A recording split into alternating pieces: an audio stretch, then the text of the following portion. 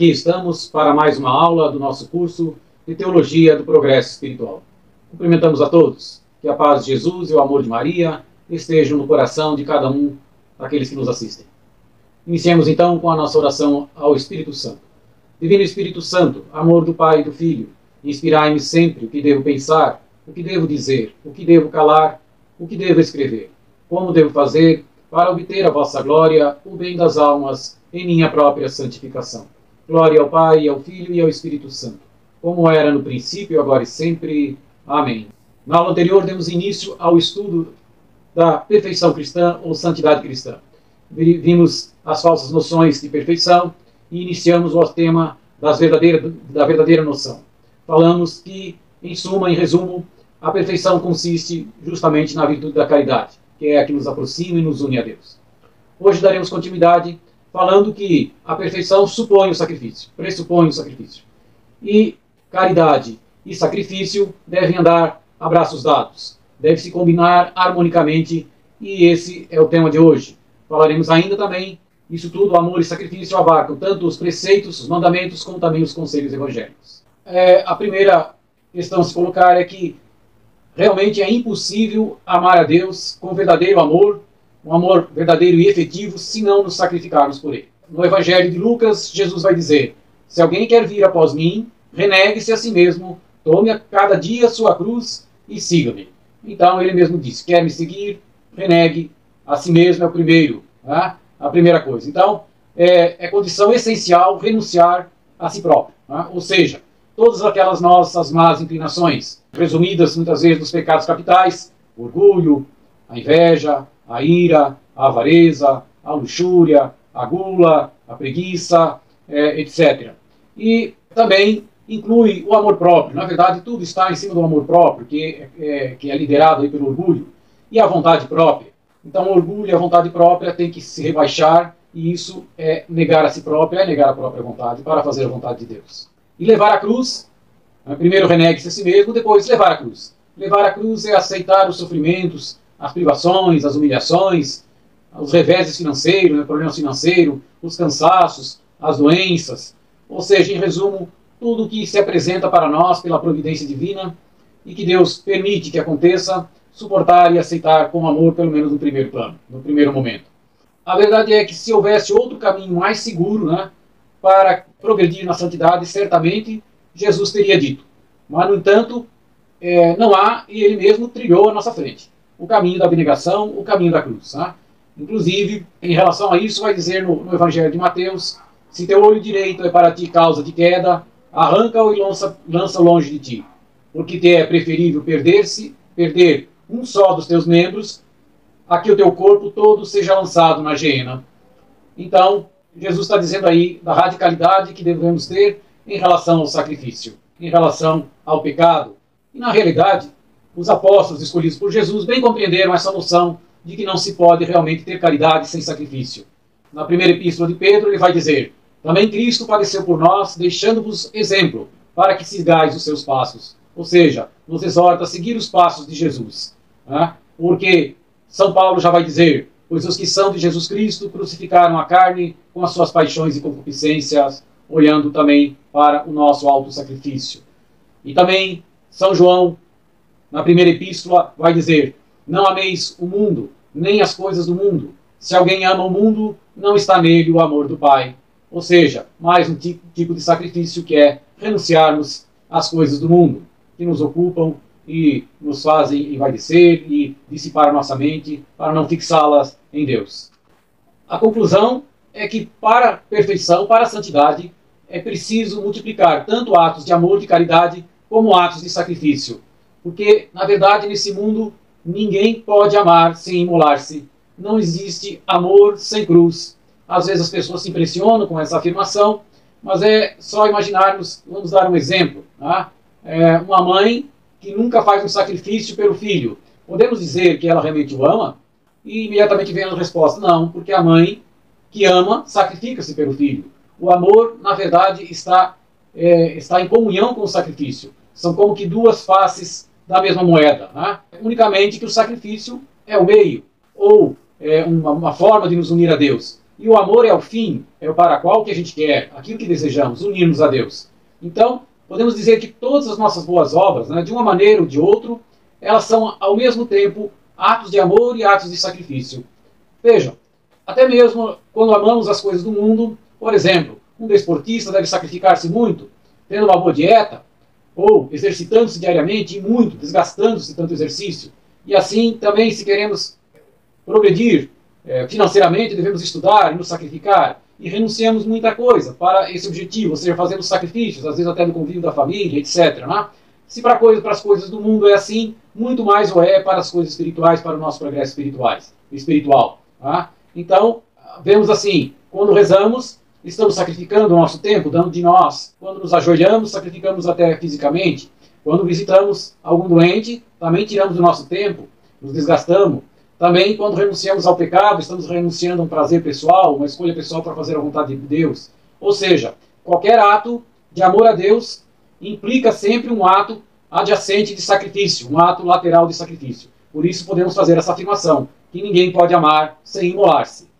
Como esses dois, amor e sacrifício, exercem ambos função na vida cristã, qual será que é o papel de cada um dos dois? Né?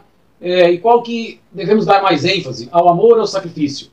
Todos os teólogos, né, admitem que em ordem de dignidade, ou seja, aquilo que realmente importa, é o amor que ocupa o primeiro lugar. Tudo é direcionado para a caridade, para o amor, como já vimos na aula anterior. Tá? Então, é o amor que deve ser considerado antes de tudo, buscado sem descanso. É para ele que nos sacrificamos, na verdade. É ele que dá significado, é o amor que dá significado ao sacrifício. Se não houvesse o objetivo do amor, também não haveria sentido no sacrifício.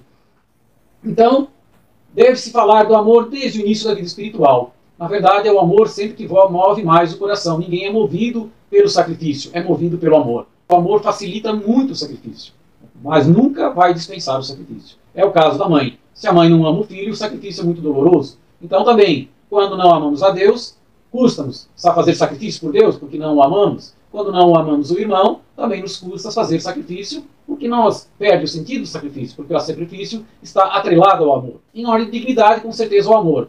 No entanto, a ênfase que se deve dar a cada coisa, existem dois elementos que são inseparáveis, amor e sacrifício. Então, veja bem, no progresso da vida espiritual, devemos dar antes início, ênfase ao sacrifício ou ao amor. Sabemos que ambos devem ser cultivados ao mesmo tempo. E que, na verdade, o sacrifício é um dos melhores sinais de amor. Podemos, inclusive, afirmar que, se você quer saber se você ama muito a Deus, meça a sua capacidade de sacrificar por Deus. Meça a capacidade de renunciar. Meça a capacidade de se abnegar, de carregar a cruz. Se a sua capacidade é grande, provavelmente Deus lhe deu a graça e é porque você ama muito a Deus. Quem não tem capacidade de renúncia e de sacrifício, normalmente o amor é pequeno. Então veja a capacidade que uma mãe tem, às vezes, por amor ao filho. Pode entregar-se a noite inteira sem dormir. Se ela souber que, com certeza, se tiver um pouquinho, se o filho melhorar da sua doença nessa noite que ela perder de sono, ela vai fazer de muito bom gosto e muito boa vontade, por uma pequena melhora, às vezes, no sofrimento do seu filho. Porque muito ama, muito sacrifica e nem acha tão difícil. Faria de novo e muitas vezes se preciso for. Então, principalmente no início da vida espiritual, em que devemos insistir? Mais no amor ou no sacrifício? E existem correntes teológicas distintas para essa questão. A primeira é de São Francisco de Sales, que vai também ser seguida pela escola beneditina e pelos dominicanos, de São Domingos de Gusmão. Eles põem em primeiro lugar o amor de Deus. Ou seja, a partir do momento que compreendamos o amor, aceitamos melhor e praticamos melhor, com mais facilidade, o sacrifício. Mas jamais uma coisa exclui outra. A partir do momento que entendemos o amor, entendemos também que devemos trilhar o caminho do renuncie a si mesmo, que Jesus pediu, tome sua cruz e siga-o então. Apenas que esse sacrifício fica, às vezes, por um momento um pouco posterior, mas é quase que conjuntamente. À medida que eu conheço o amor de Deus, logo devo já me encaixar, devo já seguir o caminho da cruz.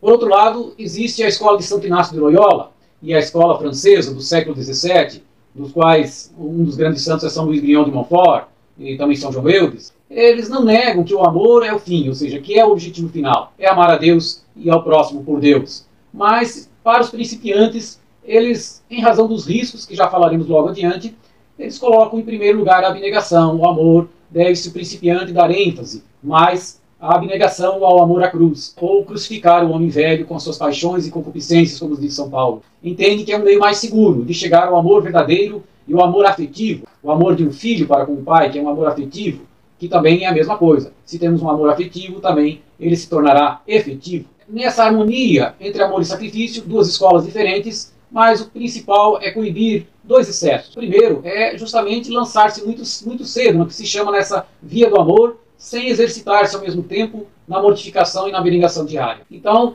hoje, principalmente com os movimentos pentecostais, saboreia-se muito as consolações sensíveis, principalmente os principiantes, quando recém-convertidos, são favorecidos com muitas consolações, e no momento, às vezes, que tem essa graça grandiosa de Deus, julgam-se fortes nas virtudes, e por isso se expõem imprudentemente a ocasiões de pecado, e acabam caindo em faltas graves.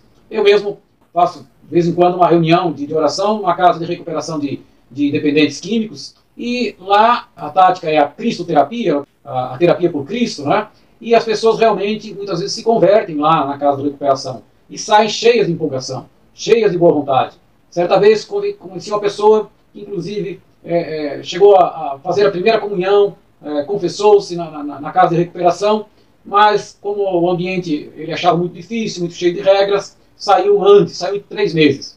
Encontrou-se comigo na igreja e diz: não, aprendi, jamais vou voltar à minha vida passada, né? Jamais, porque agora eu sei que Deus é meu Senhor, que eu tenho que fazer as coisas direito, eu tenho que fazer tudo. Mas, em menos de um mês, voltou à sua vida passada. As primeiras provações, as primeiras dificuldades, não conseguiu emprego, pronto, já estava na rua de novo, largado ao vício, como está até hoje. Por quê? Porque não se exercitou. Quando recebemos a consolação, Deus está nos dando com a consolação a força de renunciar à vida passada. E vamos nos exercitando com abnegações diárias, com mortificações diárias, e isso vai fortalecendo a nossa vontade. Vamos nos tornando mais fortes contra o pecado. E então não será qualquer provação que nos fará cair. Então, devemos ter justamente o cuidado de que quando esses favores espirituais de consolações vêm até nós, Deus nos favorece com eles, essa é uma oportunidade de ouro para exercitarmos justamente a mortificação. Por quê? Como o exemplo que eu dei, o amor verdadeiro, vai dizer o padre Tanqueray, o amor verdadeiro sem sacrifício não persevera. Porque a perseverança depende de um fortalecimento da nossa vontade. E se não nos exercitamos em sempre mortificar para fazer prevalecer a nossa vontade em pequenas coisas, quando surge uma pequena maior, logo caímos, não perseveramos. O outro extremo é justamente falar só de abnegação e de mortificação. Já falamos, né, que o sacrifício ou é apenas um meio para chegar ao amor de Deus, né, o amor de Deus é o fim, ou é uma manifestação desse amor, como o sacrifício na cruz de Jesus, que queria doar-se para a salvação de nós. Então já era um ímpeto de amor para a salvação dos outros. Algumas pessoas que não têm esse amor de Deus, eles sentem repulsa e até desanimam, às vezes, de falar-se só de sacrifício. Né? Quando o amor sentido no coração auxilia, vai ajudar muito, vai dar força para fazermos as abnegações necessárias. Né? E quando se fala muito nisso, então, eles desanimam. Acabam porque não se enfatizou também um pouco o amor de Deus. Então só se fala de penitência, só de mortificação e penitência, e não se sabe e só se vê isso e acabam desanimando. Então é outro excesso que também não está correto. Em relação a isso também, a santidade, temos que pensar assim, a santidade consiste nos preceitos, nos mandamentos, ou inclui também os conselhos evangélicos.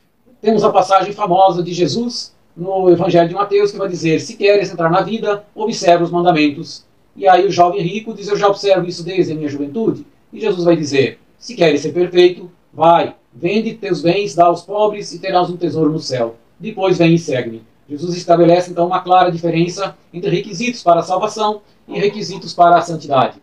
Ou seja, a perfeição, a santidade requer primeiro, imperiosamente, que se cumpra os mandamentos, os preceitos, principalmente os mandamentos da Bíblia, lá do Antigo Testamento, e os mandamentos da igreja. E secundariamente, né, há que se observar um certo número de conselhos, ou pelo menos se esforçar para seguir esses conselhos. Os principais conselhos são o de castidade, obediência e pobreza. Os sacerdotes, inclusive, fazem até votos, conhecidos na maioria dos sacerdotes, com os dois, todos com castidade e obediência. Né? E alguns, os que não são diocesanos das congregações, fazem também os votos de pobreza. Mas mesmo que não haja o voto de pobreza, deve-se observar o espírito de pobreza, ou seja, o desapego. E além disso, existem muitos outros conselhos na Bíblia, né? Jejum, esmola, oração, e por aí vai. A quem te ferir uma face, dá também a outra. Lá no Sermão da Montanha encontramos muitos outros conselhos evangélicos.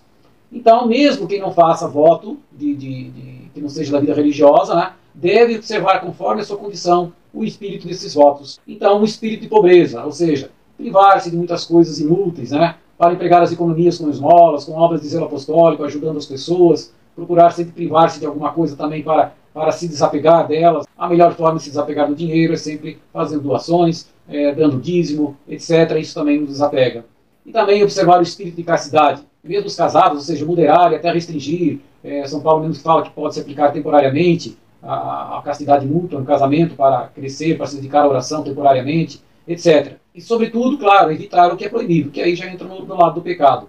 Por fim, observar também o espírito de obediência, né? Ou seja, submeter-se a um diretor espiritual com docilidade, para não querer fazer a sua vontade própria. Às vezes, estamos fazendo a vontade de Deus. Na verdade, estamos fazendo a nossa vontade. E quanto a nossa vontade não rebaixar, quanto a vontade não nos tornarmos pequenininhos, combatendo a nossa vontade pessoal, o que se faz principalmente pelo voto de obediência, é difícil ser realmente dócil à vontade de Deus. E também ser dócil às moções da graça, às inspirações da graça. Porque essa inspiração da graça diz algo mais difícil, que não está conforme o nosso gosto, achamos, isso não é de Deus, não sinto isso no meu coração. É a tendência, porque aquilo é duro, é pesado, então é difícil de seguir. Somente uma alma dócil que já aprendeu a combater a vontade própria, que está decidida pela abnegação de si próprio, tem realmente essa docilidade suficiente, como os santos a tiveram. Com o tempo, as pessoas vão adquirindo então esse amor à cruz, essa loucura da cruz que diz o Evangelho. Santo Agostinho vai dizer: para os que amam, não há trabalhos excessivamente penosos. Encontra-se neles até mesmo deleite, como ocorre com os que amam a caça, a pesca, os negócios do mundo. Porque quando se ama, ou não se sofre, ou ama-se o sofrimento, vai dizer Santo Agostinho. É muito interessante, é aquilo que eu falo. Quando se ama, o sacrifício sempre parece pequeno, sempre parece pouco, e isso nos leva ao amor da cruz. Vou ler um trecho aqui do livro da Imitação de Cristo. Já elogiei outras vezes, é um livro excelente para meditações. Porque teme, pois, tomar a cruz pela qual se vai ao céu? Na cruz estão a salvação e a vida. Na cruz está a proteção contra os nossos inimigos. Da cruz brotam as suavidades celestiais. Na cruz estão a fortaleza da alma, a alegria do coração, o compêndio da virtude, a perfeição da santidade. Não há salvação da alma, nem esperança de vida eterna, senão na cruz. Mais adiante vai dizer: vá onde quiser, indague quanto quiser, não achará caminho mais excelente para se elevar, nem mais seguro para se abater, sem perigo de cair, que o da Santa Cruz. E adiante ainda vai dizer: quanto mais progressos fizer o homem na vida espiritual, quanto mais crescer na santidade, tanto mais pesada vir a ser a cruz, porque o amor torna seu desterro mais doloroso. Mas então vem a recompensa, porque logo a seguir ele vai dizer: porém, aquele que em Deus prova com tantas penas, não está sem o alívio da consolação, porque sente o grande fruto que ele vai crescendo com levar a cruz. Então a pessoa vai vendo que abnegando, recebe mais graça sobre graça. Quando de bom grado a ela se sujeita, todo o peso da tribulação se converte em confiança em Deus, que pode consolá-lo. Então a pessoa vai se fortalecendo na graça, vai achando consolo na cruz, e vai se tornando essa cruz mais fácil. É aquele dito de Jesus, né? Que meu fardo é leve, meu jugo é suave. Deus vai nos dando a cruz na medida de nossa capacidade. Sempre que a cruz estiver pesada demais, questione-se, porque a cruz de Jesus é leve. Requer um esforço, segundo a nossa capacidade. Algum esforço sim, mas quando é grande, possivelmente seja algo que estamos querendo nos impor a nós mesmos. Por fim, vou ler um trecho do livro de uma carta de São João da Cruz, falando sobre a cruz, que tem até uma conotação profética. Ele vai dizer assim: se algum dia, em algum tempo, meu filho, alguém quiser persuadi-lo, seja ele prelado ou não, a seguir alguma doutrina de liberdades e facilidades, não lhe dê crédito, nem a abrace, ainda que a confirme com milagres. Ou seja, nem o milagre poderá nos afastar da doutrina da cruz. Dê antes preferência à penitência e ao amor desapegado de todas as coisas, e não busque Cristo sem cruz. Parece que lá nos anos 1600 ele já anteviu a época que viemos, doutrinas de facilidade e de liberdades. Jesus já sofreu por nós, não precisamos mais sofrer, tudo que tinha que sofrer, o negócio agora é só desfrutar da graça de Jesus. Ora, ele não teria dito: renuncie a si mesmo, pegue a sua cruz e siga-me, se fosse essa a ideia de Jesus, que ele sofresse por nós e nós não precisássemos seguir ele no caminho da cruz. Não é assim. A verdade é que muito ele faz por nós, nos dando a consolação, nos dando força e nos dando graça sobre graça, né? Mas a nossa parte de seguir ele no caminho da cruz, precisamos fazer. É difícil isso, mas com o tempo passamos a ter amor à cruz, como os santos fizeram, né? São João da Cruz dizia: tudo que eu quero é sofrer e amar, né? A cruz e o amor, como já aqui tanto falamos. Era isso que tínhamos para o dia de hoje. Agradecemos a atenção de todos.